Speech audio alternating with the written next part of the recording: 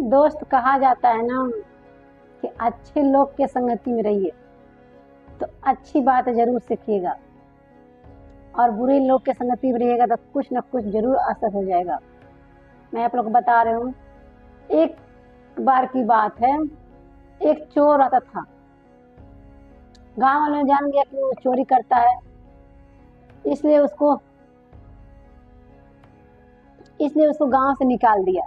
बोला कि तुम रहोगे तो समाज खराब होगा और गांव आसपास के भी माहौल खराब होगा। चोर ने अपनी पत्नी और भी बच्चा को लेकर दूसरे गांव में चले गया। वहां पर किराया पर रूम लिया और वहां पर रहने लगा। चोर तो काम था चोरी करना, रात को ही चोरी किया जाता है।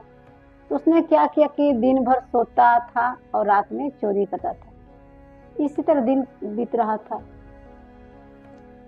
जानते हैं कि गांव में जितनी भी औरतें होती हैं, सबसे पहले खबरी वही होती है। गांव वाली औरतें देखी कि भाई इसका पति दिन भर सोया रहता है, हम लोग जब भी उसके घर जाते हैं तो सोया रहता है, और इतना अच्छा अच्छा खाती है पहनती है, आखिर बात क्या है। तो उन्होंने बोला कि तुम्हारा पति काम नहीं करता है। वो बोली कि नहीं, इसी तरह कुछ करते हैं। पत्नी क्या जवाब दे। तो वो अपनी पत्नी क्या की कि अपनी पति की करतूत को छुपाने के लिए झूठ बोलती कि नहीं काम नहीं करते हैं, इसी तरह मन में पता नहीं क्या चल रहा है, इस तरह सोए रहते हैं। तो गांव की औरतों ने कुछ सलाह दी कि पास में सत्संग हो रहा है, उसमें लेकर जाइए ना। आपके पति का अगर कुछ दिमागी टेंशन होगा या दिमाग खराब होगा या कुछ परेशानी होगा तो वहां पर सत्संग में जाइए और बाबा ठीक कर देंगे। हो सकता है अच्छी वाणी का प्रभाव पड़े। उन्होंने अपनी पति से बोला कि आप सत्संग में चलिए, सत्संग में चलिए, सत्संग में चलिए। पत्नी भी चाहती थी कि मेरा पति सुधर जाए, अच्छा काम करे, ताकि इससे बदनामी न होके, कोई डर भी न होके, शिकायत की बात है। तो अपने पति को बहुत जोर दी कि चलिए चलिए चलिए सत्संग में। पति अपनी पत्नी की बात एक दिन मान जाता है, तो चलो जब तुम्हारा मन है तो चलते हैं सत्संग में। सत्संग में गया तो सबसे पीछे बैठा। सत्संग में चालू हुआ, प्रवचन हुआ, जो भी हुआ, उसके बाद में सत्संग खत्म होने के बाद में सारे लोग चले गए और वो बैठा रह गया। वहां से महात्मा जी देखे, बोले कि सबसे पीछे आकर बैठा भी।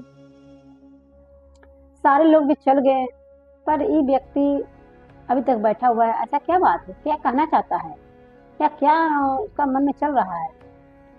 महात्मा जी उसको बुलाए और बोले कि बच्चा, तुमको क्या दिक्कत है, सत्संग में आए हो, सत्संग खत्म हुआ, अपने घर जाओ, तो फिर यहाँ पर तुम बैठे हो, ये कारण क्या है। चोर ने बोला कि महात्मा जी मैं आपके सत्संग में आया हूँ, पर सबको मिला कि नहीं मिला कुछ ये तो मुझे नहीं पता, पर मुझे कुछ नहीं मिला, इसलिए बैठा हूँ कि मेरे आने का मतलब क्या है, तुमको फायदा तो नहीं हुआ। तो महात्मा जी बोले कि क्या चाहते हो कि तुमको फायदा नहीं मिला, आप क्या करते हो। तो चोर बोला कि मैं चोर हूँ और चोरी करता हूँ, और इसी बात को मेरी पत्नी को खाई जा रही है। दिमाग वो चाहती है कि मैं सुधर जाऊं, चोरी ना करूं। तुमको जबरदस्ती सत्संग में लाई, क्योंकि मैं चोर हूँ इसलिए मैं सत्संग में नहीं आ रहा था, क्योंकि चोरों के लिए मंदिर मस्जिद और कोई भी पवित्र स्थान नहीं बनाया जाता है, इसलिए मैं नहीं आ रहा था। पर मेरे अपनी पत्नी की जिद के आगे हार गया और मैं आपके शरण में आया, पर आने का मुझे तो खुद फायदा नहीं मिला।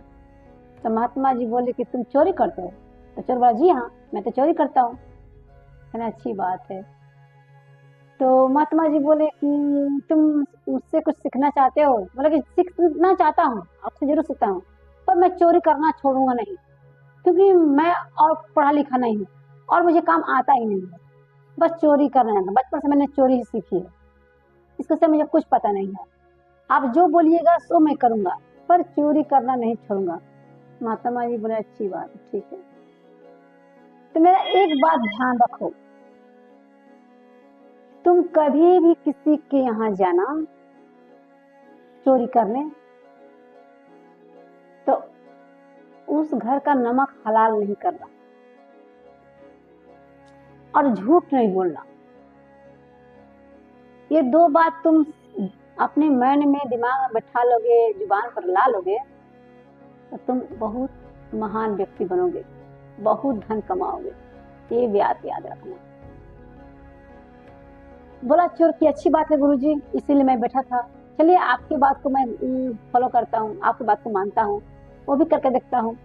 शायद मैं तो चोर हूँ, मेरा तो पैसा है चोरी करना, फिर भी मैं आपको बात मानता हूँ। किसी घर का नमक तो जब भी खाऊंगा उस घर का नमक हलाल नहीं करूंगा और ना ही कभी झूठ बोलूंगा। ये कहते हुए चोर अपने महात्मा जी से आशीर्वाद लिया और अपने घर चला गया। महात्मा जी बहुत खुश हुए, चलो इससे कुछ सुधार तो होगा इसको अंदर। चोर दिन भर तो खत्म हो गने के बाद में रात हुआ तो चोरी करने निकला। एक राजा के यहाँ चोरी किया। राजा के यहाँ चोर ने डाका डाल दिया।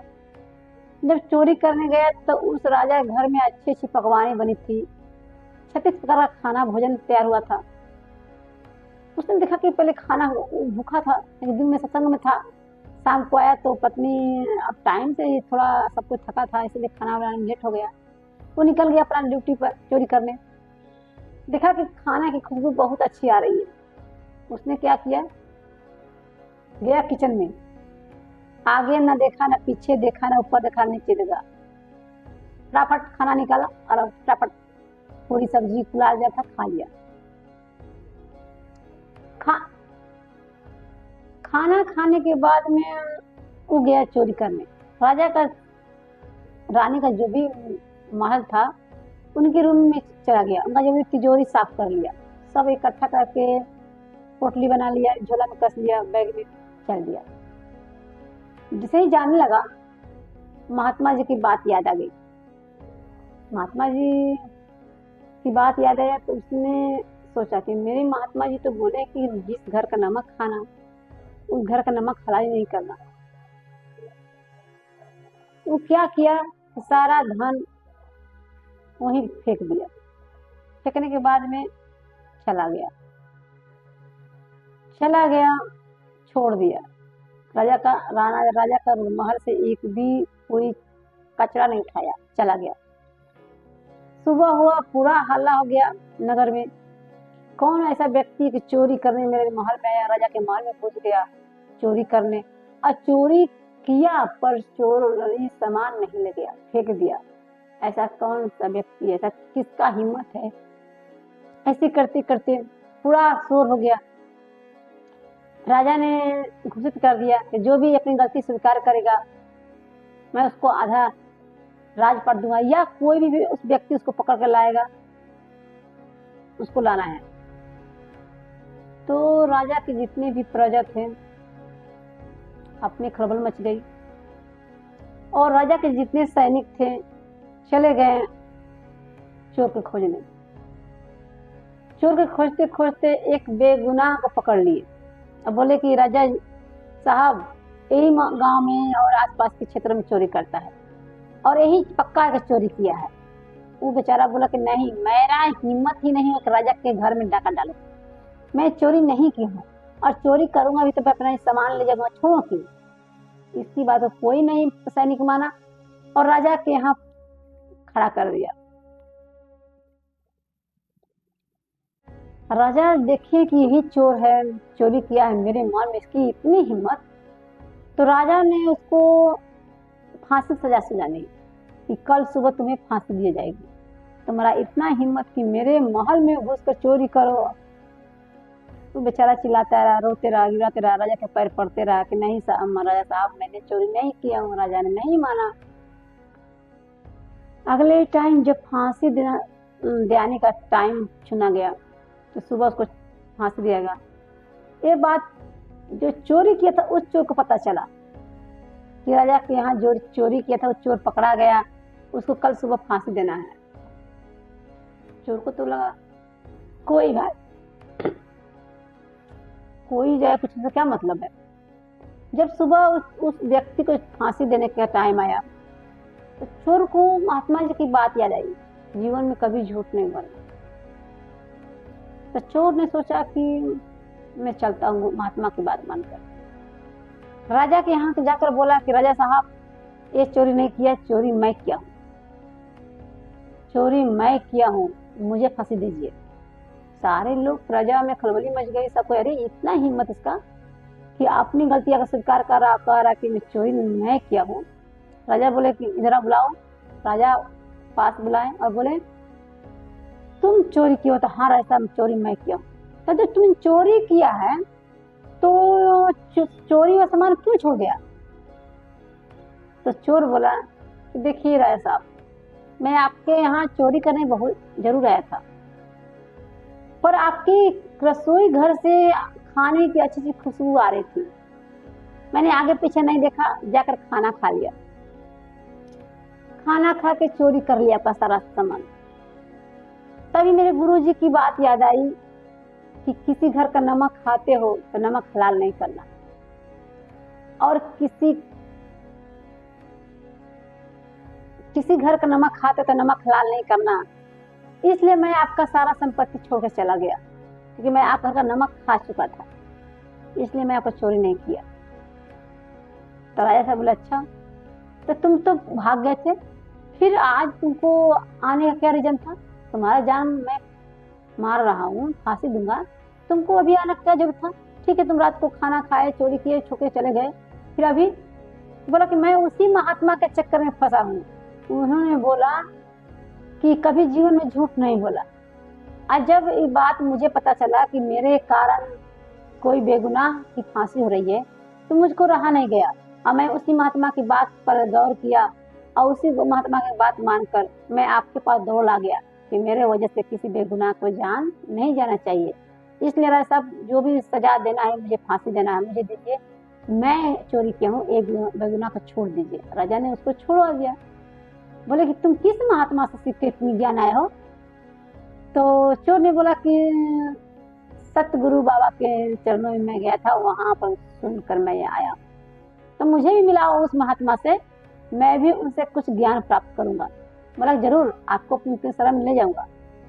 राजा उसके विचारों से बहुत खुश हुआ और अपने संपत्ति के आधा धन खुद दे दिया। तो दोस्त, सच्ची बात हमेशा सामने आती है, सफलता की ओर होती है, कभी झूठ नहीं भूलिएगा, और जिस घर का नमक खाइएगा उस घर का नमक लाल नहीं कीजिएगा। तो प्यारे मेरे दोस्तों, इसी साथ में नमस्कार जानती हूँ।